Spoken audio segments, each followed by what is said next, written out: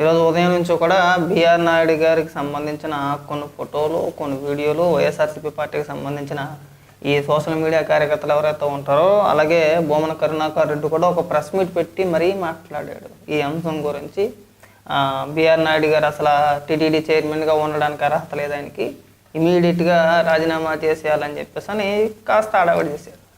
అయితే అంతకంటే ముందే ఈ సోషల్ మీడియాలో ఎవరైతే పోస్టులు వేసారో, ఈ ఫేక్ వీడియోని తీసుకొచ్చి, ఎడిటింగ్ వీడియోని తీసుకొచ్చి ఎవరైతే వైరల్ చేశారో, వాళ్ళలో కొంతమంది బిఆర్ నాయుడు గారు ఒక స్టేట్మెంట్ ఇచ్చారు. తన అఫీషియల్ సోషల్ మీడియా అకౌంట్స్లో తాను వివరణ ఇస్తూ ఒక పోస్ట్ వేశారనమాట. సో ఇవన్నీ కూడా ఫేక్ వీడియోలు. వీటిపైన నేను చట్టపరమైన చర్యలు తీసుకోబోతున్నాను, ఆల్రెడీ కంప్లైంట్ చేశానని చెప్పేసి అని ఏదైతే ఒక పోస్ట్ వేశారో, ఆ పోస్ట్ వేయగానే మెజారిటీ ఎవరైతే ఎక్కువ మంది ఈ వీడియోలు గట్రా వైరల్ చేశారో వాళ్ళంతా కూడా ఆ వేసిన పోస్టులు ఏవైతేనో వాటన్నిటిని కూడా డిలీట్ చేసేసారు. ఎందుకు డిలీట్ చేశారంటే అవి ఫేక్ వీడియోలు కాబట్టి రేపొద్దున మన పైన కేసులు నమోదైతే అవి ఒరిజినల్లో మేము ఎడిట్ చేయలేదు, మేము ఫేక్ చేయలేదు అని చెప్పేసి నిరూపించుకోలేరు కదా. నిరూపించుకోలేని మూలానే ఆ వీడియోలన్నింటిని కూడా డిలీట్ చేశారు. ఆ తర్వాత బిఆర్ నాయుడు గారు ఒక ప్రెస్ మీట్ పెట్టారు. ఆ ప్రెస్ మీట్లో ఈ వివాదానికి సంబంధించి ఆ ఫోటోలకి, ఆ వీడియోలు ఏవైతే ఉన్నాయో వాటికి సంబంధించి ఆయన ఇచ్చిన వివరణ ఆయన మాటల్లోనే ఒకసారి మీకు వినిపిస్తామనండి.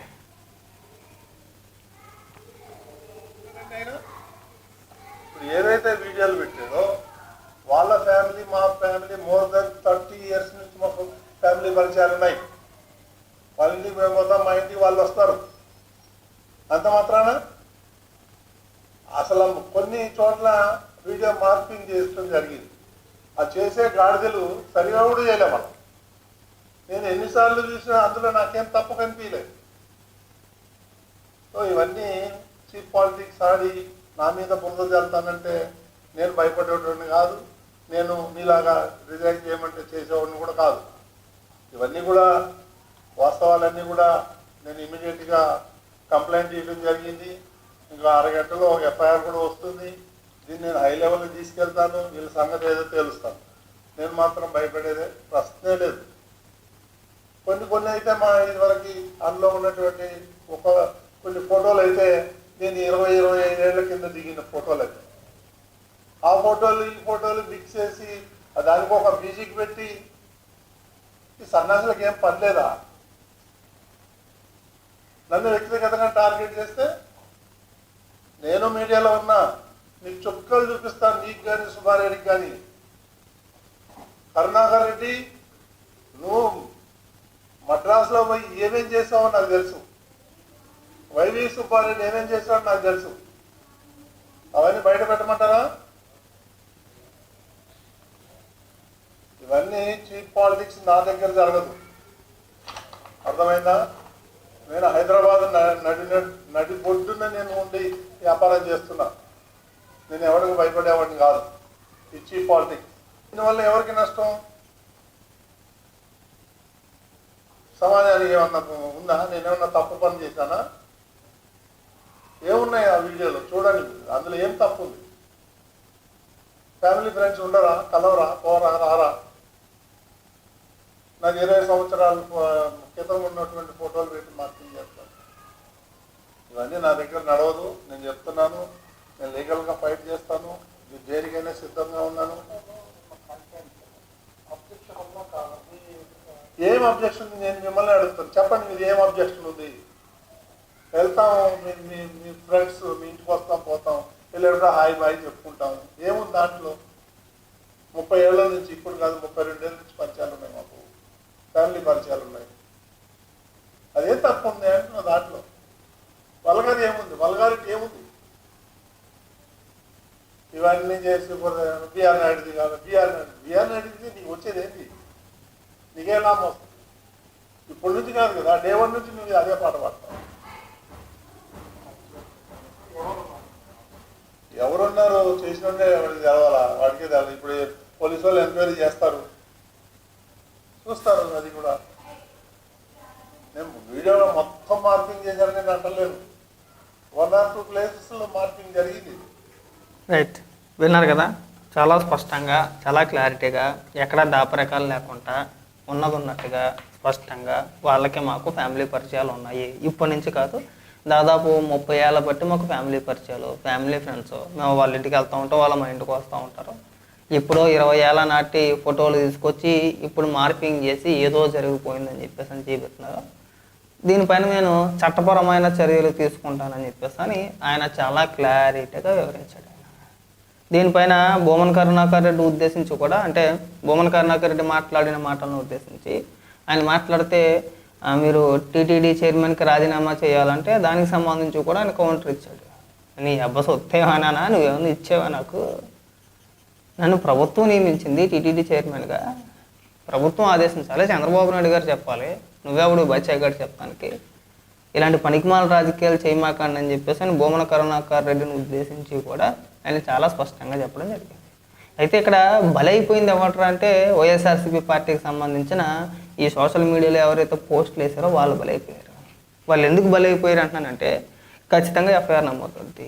ఆ ఎఫ్ఐఆర్లో ఎవరైతే మొదటగా పోస్ట్ చేశారో, ఎవరైతే ఎక్కువగా సర్క్యులేట్ చేశారో వాళ్ళ లింకులన్నీ కూడా ఖచ్చితంగా వీళ్ళ దగ్గర ఉండే ఉంటాయి, తీసుకుంటారు కదా.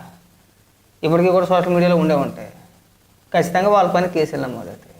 కేసులు నమోదైతే ఆ తర్వాత తెలిసిందే 41A నోటీసులు ఇవ్వచ్చు, లేదంటే అరెస్ట్ చేయొచ్చు, విచారణకు పిలిపించవచ్చు. ఆ ఫోన్లు అయితే ఏవైతే ఉన్నాయో స్వాధీనం చేసుకుంటారో, తర్వాత వాయిదాలు అంటారో, రమ్మంటారో, తిప్పుతారు. వీటి వల్ల బలైపోయేది ఎవడో? అనవసరంగా వైఎస్ఆర్సీపీ పార్టీ నాయకుల చెప్పిన మాటలు విని వైఎస్ఆర్సీపీ పార్టీ కార్యకర్తలు బలైపోయారు. నేను మొదటి నుంచి చెప్తున్నా. ఈరోజు ఉదయం ఒక వీడియో చేశా. ఆ వీడియోలో కూడా నేను చాలా స్పష్టంగా చెప్పా, మీరు లీగల్గా ఇబ్బందులు పడతారో, కేసులు ఎదుర్కోవాల్సి వచ్చింది, చట్టపరమైన చర్యలు తీసుకుంటారు. అనవసరంగా గుడ్డెద్దు చేలో పడినట్టు ఏ వీడియోలు పడితే ఆ వీడియోలు మనం మార్పు చేసి, ఎడిటింగ్లు చేసి, కట్ అండ్ పేస్టులు చేసి వైరల్ చేయకూడదు. అది చాలా తీవ్రమైన పరిణామాలకు దారి తీస్తుందని చెప్పేసి నేను ఇంతకు ముందు వీడియోలో కూడా చెప్పుకొచ్చా. మీరు అయినా సరే ఏమీ కాదులే, మా వెనకాదలు మా జగన్మోహన్ రెడ్డి ఉంటాడు అనుకుంటే మీ కర్మ. నేను మొదటి నుంచి చెప్పుకోతున్నా, కేవలం ఈ లడ్డు వ్యవహారాన్ని డైవర్ట్ చేయడానికి మాత్రమే ఇలాంటి ఫేక్ వీడియోలు చేసి, ఏదో రచ్చ చేసి, ఏదో జరిగిపోతుందని చూపించే ప్రయత్నాలు చేశారు. కానీ అందులో అంత ఏమీ లేదు. ఆ ఎడిట్ చేసిన దాంట్లో కూడా అంత అసలు ఏం కనవల్ల. సరే ఏదో ఉందని చెప్పేసి వైరల్ చేశారు. ఏమైంది ఇప్పుడు? పైగా ఇప్పుడు ఈయన మాట్లాడిన మాటల్ని ఇదిగో ఆయన నిజం ఒప్పేసుకున్నాడు కదా అని చెప్పేసి మళ్ళీ కట్ అండ్ పేస్ట్లో వీడియోలు కట్ చేసి మొత్తం ఫుల్ వీడియో వినిపించుకుంటా, ఆయన ఏదైతే వాళ్ళకి మాకు కుటుంబ పరిచయాలు ఉన్నాయి, ఫ్యామిలీ పరిచయాలు ఉన్నాయి, మేము వాళ్ళ ఇంటికి వెళ్తాం, వాళ్ళు మా ఇంటికి వస్తారని చెప్పేసి ఏదైతే మాట్లాడాడో ఆయన మళ్ళీ ఆ వీడియోని కట్ చేసి మళ్ళీ ట్రోల్ చేస్తున్నారు. దానివల్ల కూడా ఇబ్బందులు ఎదుర్కొనేది మీరే, అందులో ఎలాంటి సందేహం లేదు. ఎక్కడైనా సరే ఈ ఫేక్ ఎడిటింగ్లు, ఈ మార్పింగ్లు, ఈ పిచ్చి పిచ్చి ప్రేలాపనలు, పిచ్చి పిచ్చి డైలాగులు మానేస్తే బాగుంటుంది. మేము బొమ్మన కరుణాకర్ రెడ్డికి కూడా ఒకటే చెప్పదలుచుకుంటున్నాం, మీ హయాంలో టీటీడీని భ్రష్టు పట్టించారు, సర్వనాశనం చేసి పెట్టేశారు, చెయ్యని అవినీతి అంటూ లేదు. టీటీడీలోకి అన్ని మతస్థుల్ని ఉద్యోగస్తులుగా తీసుకున్నారు కదా, స్వయానం మీరే చెప్పుకొచ్చారు. ఆల్రెడీ ప్రభుత్వం ఏర్పడిన తర్వాత బిఆర్ నాయుడు గారు చైర్మన్ అయిన తర్వాత అన్ని మతస్థులు ఎవరైతే టీటీడీలో ఉద్యోగస్తులుగా ఉన్నారో వాళ్ళందరినీ తొలగించడం జరిగింది. వాళ్ళందరినీ తొలగించినప్పుడు నువ్వు రోడ్డెక్కి గగ్గోలు పెట్టావు. ప్రభుత్వం తొలగించడానికి, అంటే టీటీడీ తొలగించడానికి ఒక రీజన్ ఉంది. వీళ్ళు అన్ని మతస్థులు, వీళ్ళకి హిందూ మతం మీద కానీ వెంకటేశ్వర స్వామిపై కానీ భక్తి లేదు. అలాంటి వ్యక్తుల్ని తీసుకొచ్చి టీటీడీలో ఉద్యోగస్తులుగా చేయించాడు ఎవరో, మన బొమ్మన కరుణాకర్ రెడ్డి. వాళ్ళందరినీ కూడా తీసివేయడం జరిగింది. తీసేస్తే రోడ్డు ఎక్కేసాడు. అగో టీటీడీలో అన్ని మతస్థులు ఉద్యోగం చేయకూడదా, వాళ్ళకి ఏం తెలుసు అని చెప్పేసి గగ్గోలు పెట్టాడు. ఇవాళ ఈ కల్తీ వ్యవహారం ఏదైతే ఉందో అది బయటకు వచ్చేటప్పటికి దాన్ని డైవర్ట్ చేయలేక, దాన్ని కవర్ చేసుకోలేక శతవిధాలుగా ప్రయత్నాలు చేస్తున్నారండి. ఒక ప్రయత్నం కాదు, బూతులు తిట్టించారు, రకరకాల వ్యక్తులు తీసుకొచ్చారు, ఇందాపూర్ అన్నారు, హెరిటేజ్ అన్నారు, డిబేట్లు పెట్టారు, నానాయాగి చేశారు, అసెంబ్లీ మండల్లో రచ్చ చేశారు. ఎక్కడ కూడా వర్కౌట్ అవ్వకపోయేసరికి ఎప్పుడెప్పుడో పాత వీడియోలు, పాత ఫోటోలు, ఆ ఫోటోలు తీసుకొచ్చి వీడియోల కింద లేదంటే ఇంకొక దాని కింద ఎడిటింగ్ చేసి, మార్పింగ్ చేసి సోషల్ మీడియాలో వైరల్ చేసేసి ఇదిగో ఇలా చేసేది ఈయన అని చెప్పేసి ప్రయత్నాలు తప్పితే దీనివల్ల ఎలాంటి ఉపయోగం లేదు. దయచేసి ఇకనైనా సరే ఇలాంటి చిల్లర రాజకీయాలకి ఫుల్ స్టాప్ పెడతారని చెప్పేసి అని అనుకుంటున్నాను. ఎవడో నమ్మడండి. ఆ నమ్మే రోజులు ఆ పరిస్థితులు లేవు ఈ రోజున. మీరు ఏం చేశారు, ఏ మేరకు చేశారు, గతంలో ఏం జరిగింది, ఎవరు కంప్లైంట్ ఇచ్చారు, ఆ కంప్లైంట్ ఇచ్చినప్పుడు ఎవరు ఆదేశాలు జారీ చేశారనేది అందరికీ తెలుసు. మీ హయాంలో 2023లోనో 23 అనుకుంటా ఆ వైవి సుబ్బారెడ్డి ట్విట్టర్ అకౌంట్లో ఉంటుంది. వైఎస్ఆర్సీపీ పార్టీకి సంబంధించిన కొంతమంది కార్యకర్తలు లడ్డు క్వాలిటీ బాగాలేదు, ప్రసాదం బాగాలేదు, లడ్డు వాసన వస్తుంది, ఇంటికి వచ్చేటప్పటికి పొడిమైపోతుందని చెప్పేసి అని వైవి సుబ్బారెడ్డిని క్వశ్చన్ చేస్తూ ట్యాగ్ చేస్తూ ట్విట్టర్లో పోస్టులు ఎత్తే దానికి సమాధానంగా వైవి సుబ్బారెడ్డి వెళ్ళి అక్కడ ఉన్న నెయ్యి కావచ్చు, జీడిపప్పు కావచ్చు, యాలకుల్ని పరిశీలించి మేము టెస్ట్లకు పంపిస్తున్నాము, రిపోర్ట్ వచ్చిన తర్వాత చెప్తామని చెప్పేసి అని అన్నారు. ఆ వ్యవహారం కూడా, ఆ విషయం కూడా సిబిఐ ఛార్జ్ షీట్లో క్లియర్గా మెన్షన్ చేస్తున్నారు. ఆ తర్వాత ఏమొచ్చింది? నాణ్యత లేదు, అన్ని టెస్టుల్లోనే కూడా ఆ నెయ్యి ఫెయిల్ అయ్యింది. ఫెయిల్ అయినా సరే అదే భోలేబాబా డైరీకి మళ్ళీ దాదాపు 1,07,000 కేజీలు మళ్ళీ ఆర్డర్ పెట్టారు. రిపోర్ట్ వచ్చిన తర్వాత నెయ్యిలో క్వాలిటీ లేదు, నెయ్యి కల్తీ జరిగింది, ఈ నెయ్యి టెస్టుల్లో పాస్ అవ్వలేదని తెలిసిన తర్వాత 1,07,000 కేజీలు మళ్ళీ ఆర్డర్ పెట్టారు. మరి ఏమనాలి? సిబిఐ ఛార్జ్షీట్లో ఏం చెప్పుకొచ్చారు? ఎక్కడా కూడా ఇది నెయ్యి వాడలేదు. నేను ప్రతి వీడియోలో ఎందుకు చెప్తున్నానంటే, వీళ్ళు ఎక్కడా కూడా నెయ్యి వాడలేదు అనే మాటను పక్కన పెట్టేసి జంతువుల కొవ్వు లేదు కదా, చేప నూనె లేదు కదా, పంది కొవ్వు లేదు కదా, ఈ మాటలు మాట్లాడుతున్నారు. కానీ అసలు నెయ్యే వాడలేదు అనే ప్రస్తావన ఎందుకు తీసుకురావట్లేదండి? ఎందుకు మాట్లాడట్లేదండి? ఆ ప్రస్తావన ఎందుకు తీసుకురావట్లేదు? మీరు దాని గురించి కూడా మాట్లాడాలి కదా. మీరు నెయ్యి వాడలేదు, నెయ్యి వాడలేనప్పుడు నెయ్యి వాడకుంటే ఏం వాడారు?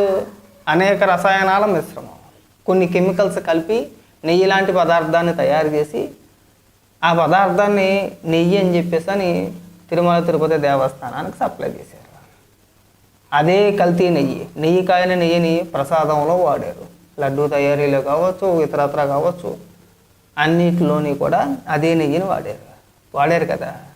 ఆ రిపోర్ట్లో అదే కదా ఉన్నది.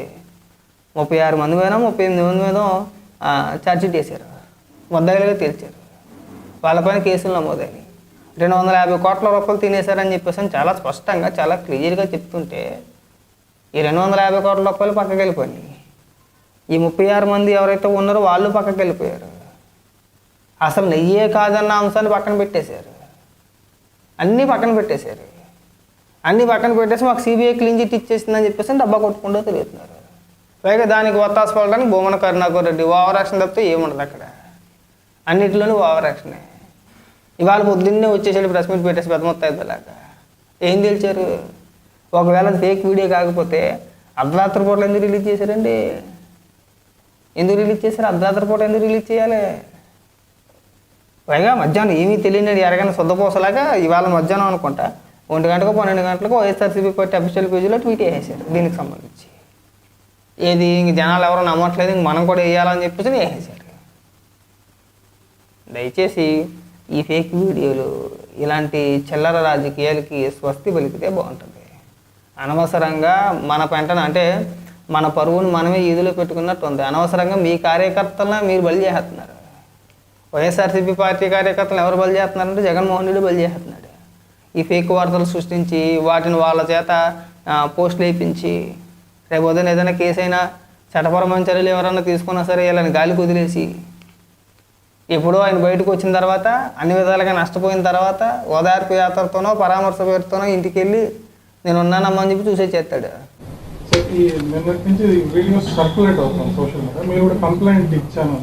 కంప్లైంట్ ఇచ్చాను, రిజిస్టర్ అవుతుంది ఒక హాఫ్ అన్ అవర్. ఇక్కడే ఇస్తున్నాం, ఇక్కడ ఇస్తున్నాము, మొత్తం స్టేట్ అంతా ఇస్తారు. హైదరాబాద్లో ఇస్తున్నాం. ఎవరైతే విక్టిమ్ ఉన్నారో ఏదో గుట్టుగా వాళ్ళు సంసారం చేసుకునే వాళ్ళు హైదరాబాద్లో కంప్లైంట్ ఇస్తున్నారు. దీని అంత తేలిగ్గా వదిలేదు లేదు.